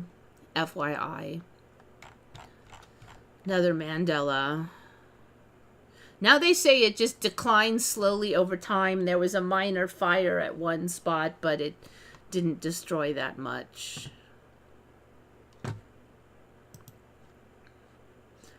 See, it's impossible to know anything anymore. You know something, it's true for a couple of years, and it's like, nah, now we changed our mind.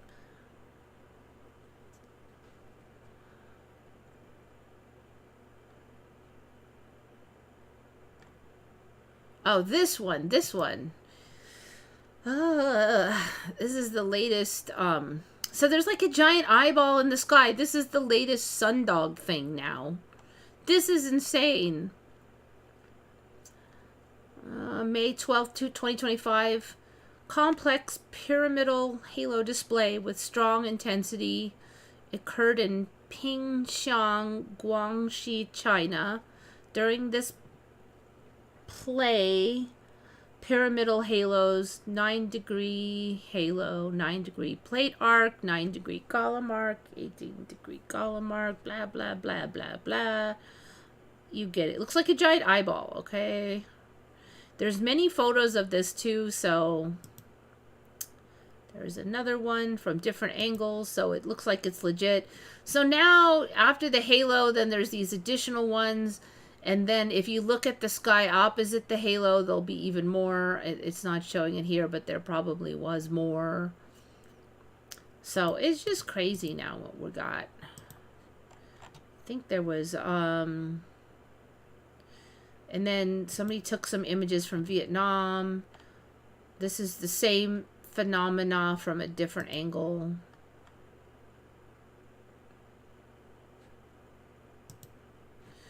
So, yeah, it's crazy. It's crazy. There's a giant eyeball can stare at you.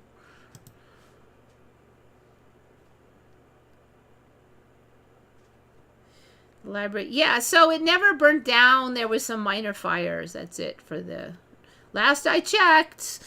Last I checked. I mean, maybe tomorrow it will have burnt down again. I don't know. So that was not the moon I just showed. That was not the sun either. It was, what was that? They call it. It's a halo. I don't know what to.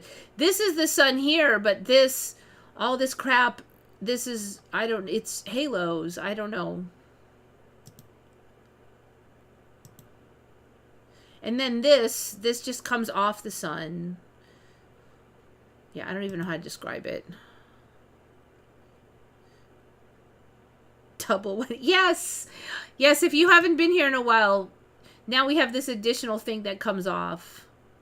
Sometimes they call it a ring halo because sometimes this thing will be so large that it'll look like this is the wedding ring. I think these things are kind of new too because it used to be just the one, but now we've got this. It just, every time I look at these, there's like more crazy crap.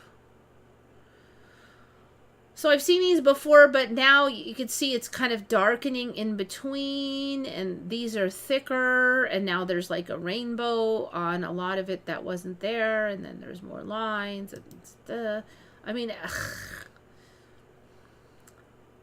sanity. This one just got me. I don't know. This is like ridiculous.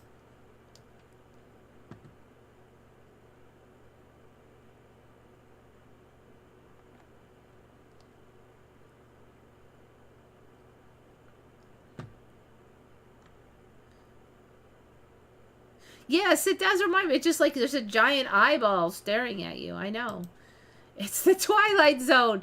This crap shows up and it's like, oh yeah, didn't you know about that? That's always been a thing. Like, what?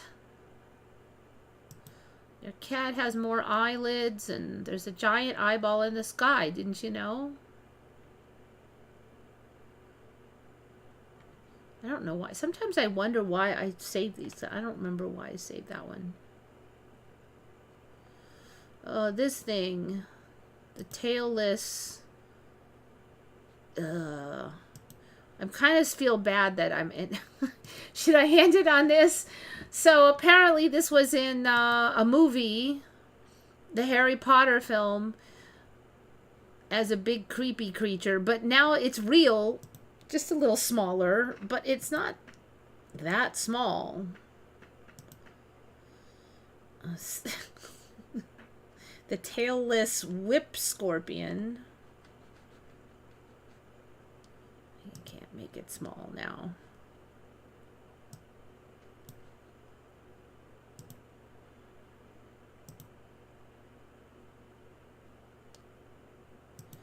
And how big are those things? They only can harm humans psychologically.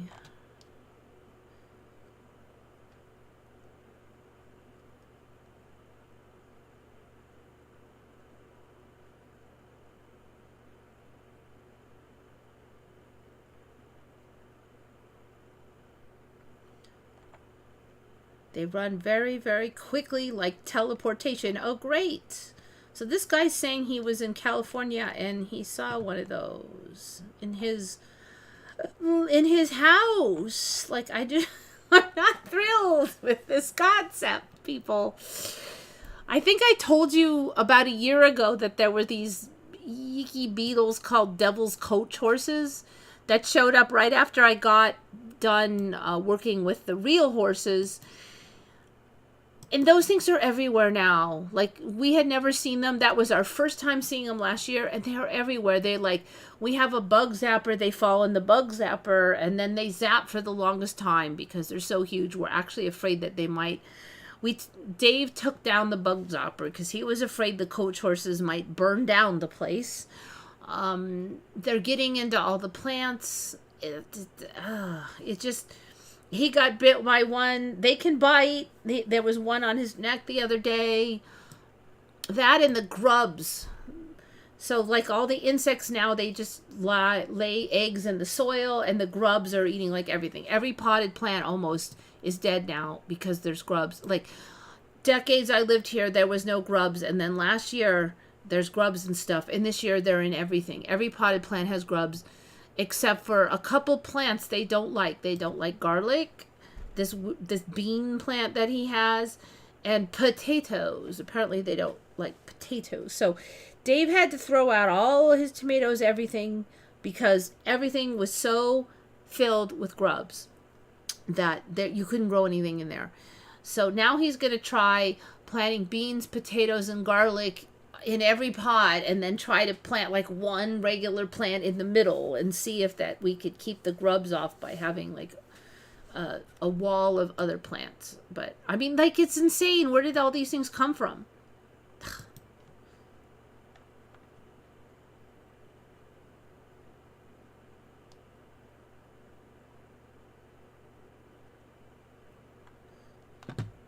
What did I say? Those things, they are tailless whip scorpions. Let me just see how big they are.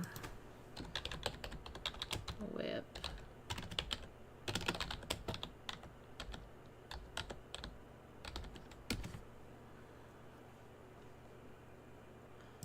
Hot regions of North and South America. Great. So we would have them.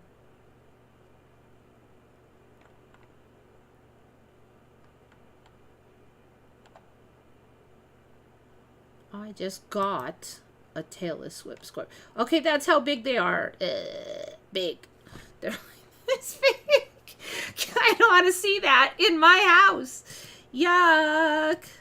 Super yuck. And then they teleport, they're saying. I'm like, do not tell me these things. I am not thrilled. You know, I had to end it with some creepy scorpion spider thing.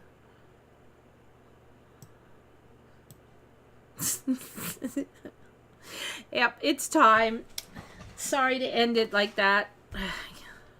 Think of like unicorns. We're heading to the beautiful unicorn timeline so that you'll forget about those other things. Yeah, you know, I was surprised they didn't eat the potatoes, because they did eat the tomatoes, and they're both in the nightshade family. And like, why didn't they eat the potatoes? It was interesting. Okay, well, I think it's time. 2 o'clock. Thanks everybody for coming. I very much appreciate it. Think good thoughts, everybody. This is Eva signing off for Once Upon a Timeline.